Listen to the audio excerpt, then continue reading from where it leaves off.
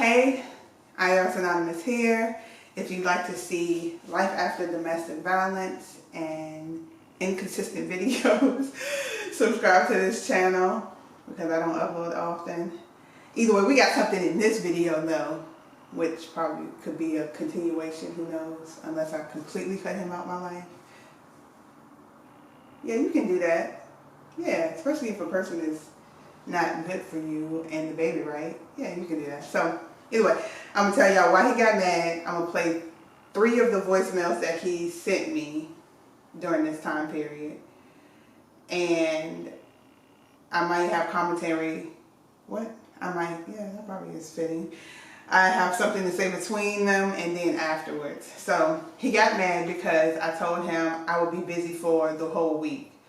And I don't know if he'll be able to see the baby. He thinks that he should be able to see the baby whenever he wants to. We're not together. Absolutely not. I have a life. I have stuff going on. And now I have a baby. So it's just like I'm busy. I have to stay on the schedule, time frames and stuff like that. So no, you can't just come whenever you want to. I wish I was a stay-at-home mom who didn't have to do anything and had all the free time in the world. It's not like that. Not now. So I told him, I just kept it simple. I just said I'm going to be busy. I didn't think that I needed to explain why I would be busy to him. So he got mad. And I never asked him, but I think that he thinks that I was just trying to be funny or trying to keep the baby from him or just trying to punish him or something. That wasn't the case. I don't mind him seeing the baby. I just realized when I went through my schedule and looked at my calendar, every day I was booked. And then my family was coming towards the end of that week. So my family was coming and I don't want him to meet my family. That's just how I feel, especially after you hear these voicemails. I don't know. I'm like, I chose to deal with this man and that's my issue. I don't want anything that he can do to impact my family or friends. So I'd rather him not, especially my family. I'm not going to let him meet my family.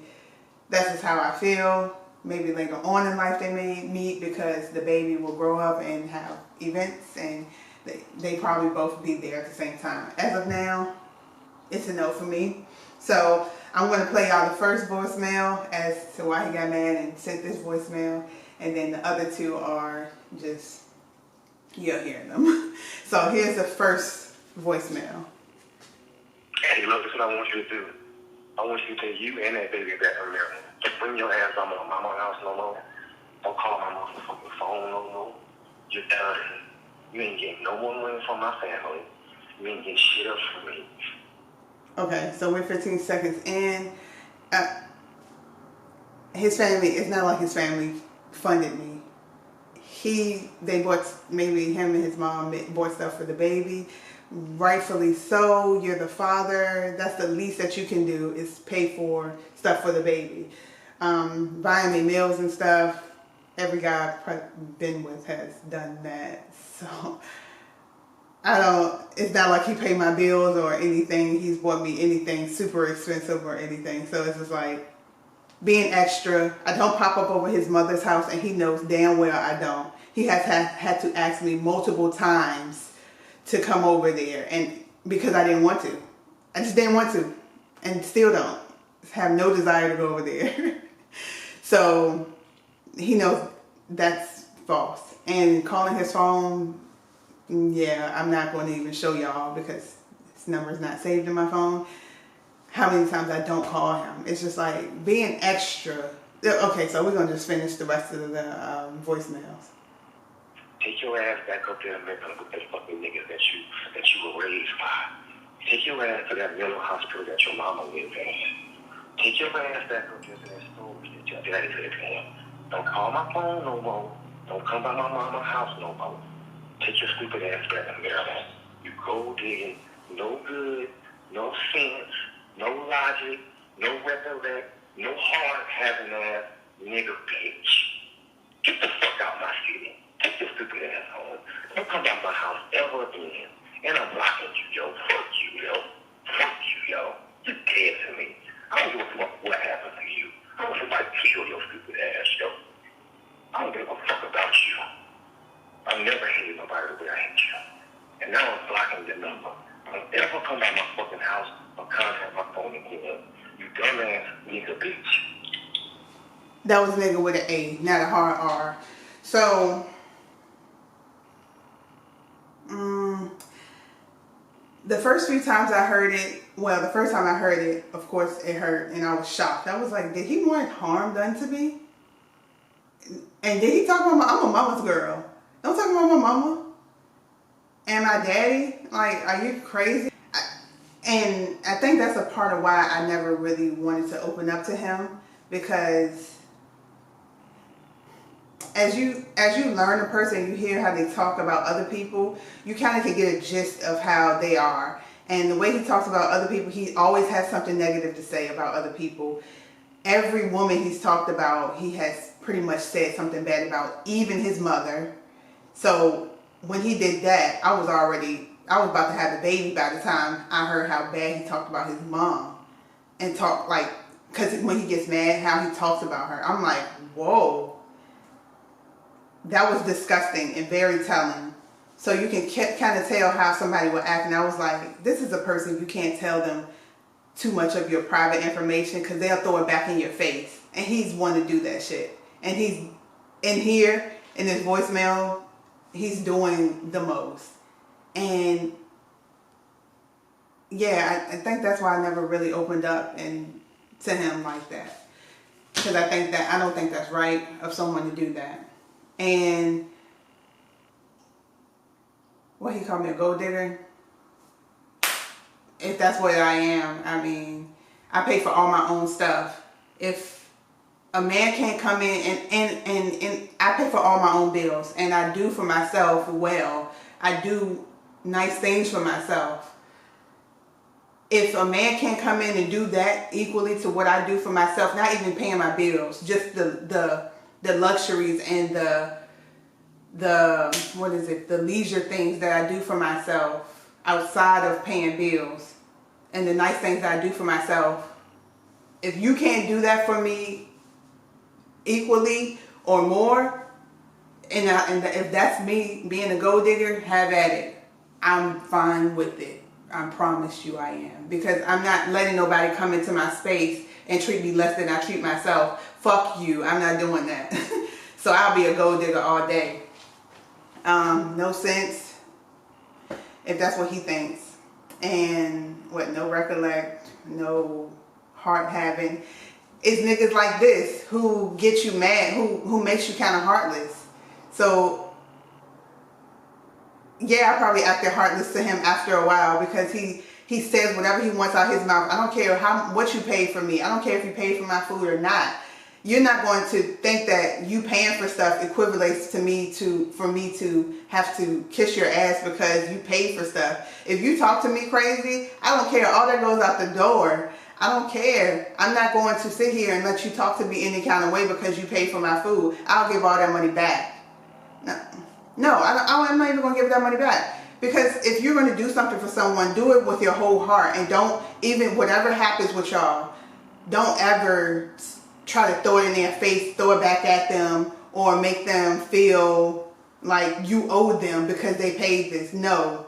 Nope. But no. I don't think that, no. Because when I do stuff for people, even if we don't talk no more, I'm not bringing it back up. I got you this, I got you that. So, no. I did it at that time because that's what I wanted to do, and I did it with my heart, and I did it because I wanted to do it. So whatever happens with us, I'm not going to look at it as something I regret, because that's what I wanted to do at that time. I'm not going to throw it in your face like you owe me. No, I don't think that's right. I think that's trifling. You're trifling if you do that. So, what else he said? Oh, threaten my life. That's my first time hearing stuff like that. Hearing something like that towards me. I don't think anybody has told me they wanted someone to hurt me. Like, nobody said that to me. It's kind of crazy how mad you can get to say that to someone. I don't know, am I over exaggerating? Like, is it possibly something that like therapy could help that with? And me and him could probably be cool again or something like that, or heal from this situation. I don't know. I just think that that's too far. And afterwards, of course, he has apologized and, you know, said, you know, he's prayed for my safety and stuff like that. So clearly he didn't mean what he said. It's just like, for you to get that, to be that mad and say that you hate me and that you hope someone harms me, that don't sit well with me. Also talk about my mom. Don't talk about my mom. That just don't sit well with me. I'm just like, that's how angry you can get at someone? Am I supposed to really forget, like a sorry supposed to really help that and heal it and let it go? I think not. So here's the next voicemail. Unlike he said he was going to block me, I had already blocked him. So he called me from another number and left this voice message. All right, here it goes. I'm sorry about all the things I said, but I just don't understand why you're doing this to me. Especially with me seeing the baby, trying to make me one of the things I bought the baby. You know, it's all the fucking meals I buy you, the way I'm treating you, you know. So I feel like I treat you good, you know. I just feel like I should be able to see the baby whenever I want to see the baby. I don't know. Give me a phone call back, please, on my cell phone. I want to see my son. All right, bye.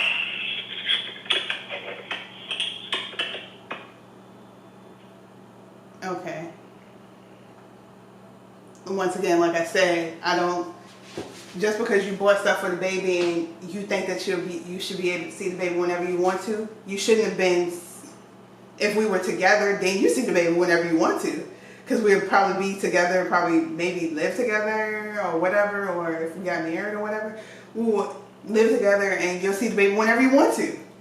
Because we're not together, it's not like that. And it probably won't be like that. You're not going to be able to see the baby whenever you want to. I just don't think that that's, I don't have a schedule for that. And here is the last voicemail that he sent me. So this is the last voicemail that I'm going to let y'all hear.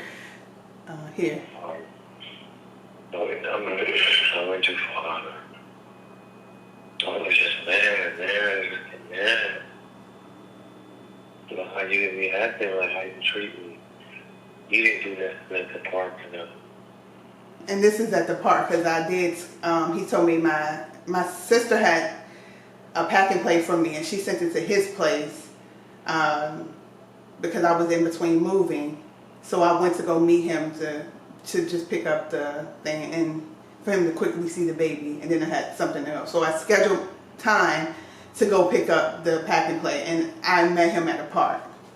So that's what he's talking about. And of course, we didn't stay long. Of course, he's asking again, can he see the baby whenever, whatever, and I'm like, I have to see. Of course, my family is here, and I'm like, at this point, my family is here, and I'm like, no, like, what the heck? So I just said, I don't know. I think I said, I don't know. I kept it kind of short because I didn't really want to talk to him. And he got mad, stormed off and all this other extra stuff. And I'm just like, what? Why should I even talk to you? Because at this point, I had heard the first voicemail. And I'm just like, you're the one who's talking about you want someone to harm me. What the heck? What are you mad for? The heck? Whatever. Anyway, so I'm going to finish this voicemail. It's 24 more seconds. You didn't do that, you know. I just mad. I'm like,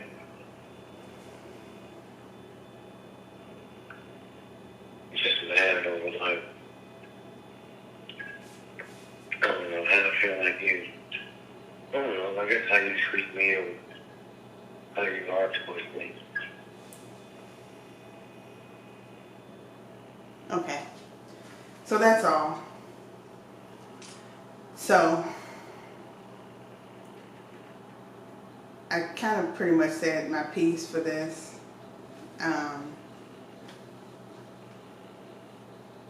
Yeah. I don't know if apology can help this. I don't know. To be honest,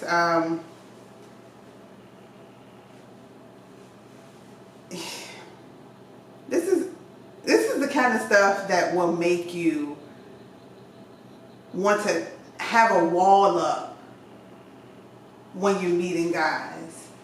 Like this is what makes women, why black men always thinking black women are just bitter and all this other stuff. It's just like, it's people like this, and it's probably people who are worse than this,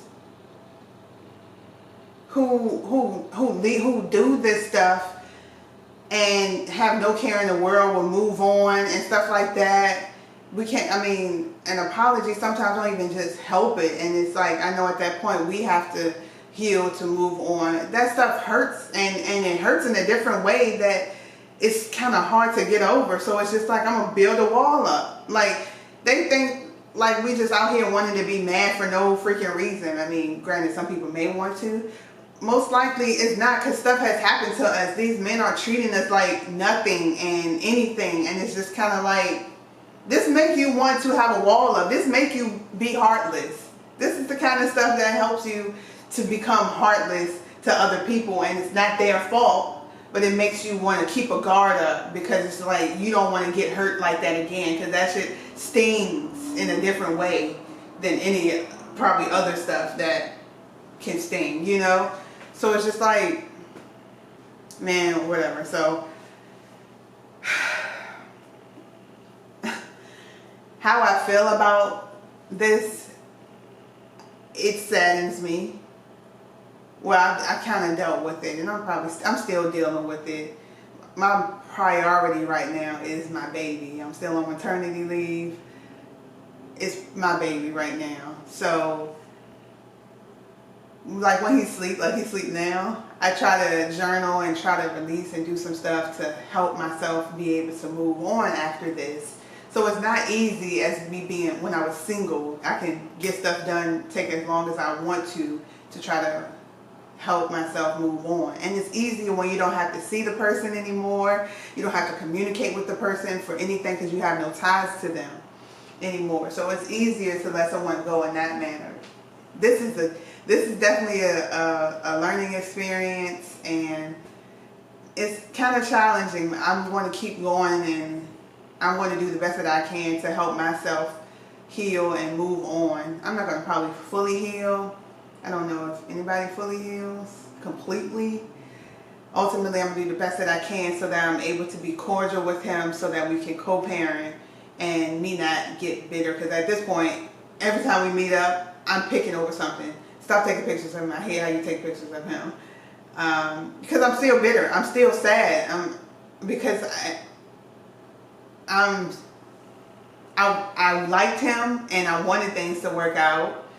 I don't know if I could work things out anymore.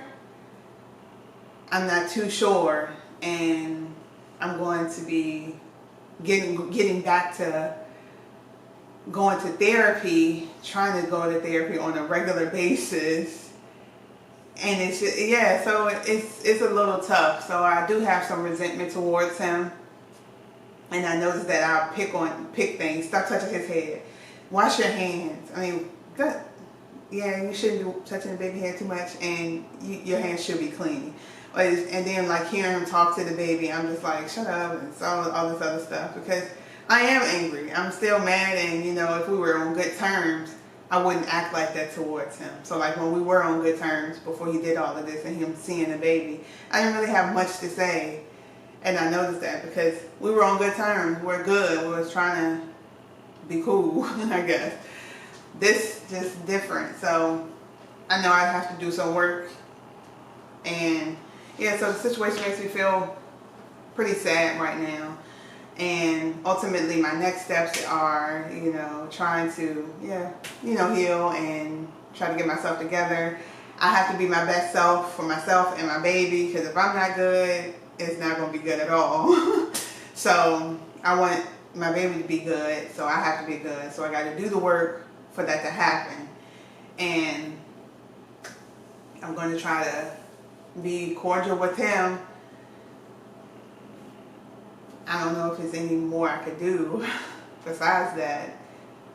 And yeah, just try to do the best that I can moving forward and for the future. But ultimately it's sad. And then I have to think about too, will I be okay to be single for the rest of my life? And that, I think that's the hard part as to why I think a lot of us feel lonely and will go back to someone who has hurt us. But I think, will I be okay? My peace, my happiness is everything, is priceless. So I'm just like, I'm willing to make that sacrifice. If I have to be single for the rest of my life just to be happy, I will. If someone else comes in, they can't be disturbing that. And okay, so it cut off. So yeah, I was just saying that I've learned how to be by myself, and I love my own company. So it's not really foreign to me, because I've had a year or a couple of years where I hadn't talked to anyone or like been in a relationship. So I was taking that time to be by myself because I was like, I want to do the work so that I can meet someone who is worth it. So yeah, so it's not foreign to me. And I know it could be tough because I have done the work. And at this point, it's just like a different toughness because I don't have a baby. Yeah, so as embarrassing as this was, I hope this helps someone. And I know it's helped me because I'm like letting it out and letting it go. I just hope that, you can be better than this, and that you can see that your life doesn't have to be like this, and to do better for yourself. So I'm here to pretty much put my life on blast and putting it out in the public for other people to see and critique and everything. Yeah, comment below whatever. It's certain words on YouTube that will probably make your comment not show. So tread lightly. Alright, that's the end of this video. I'll see you in my next video. Peace.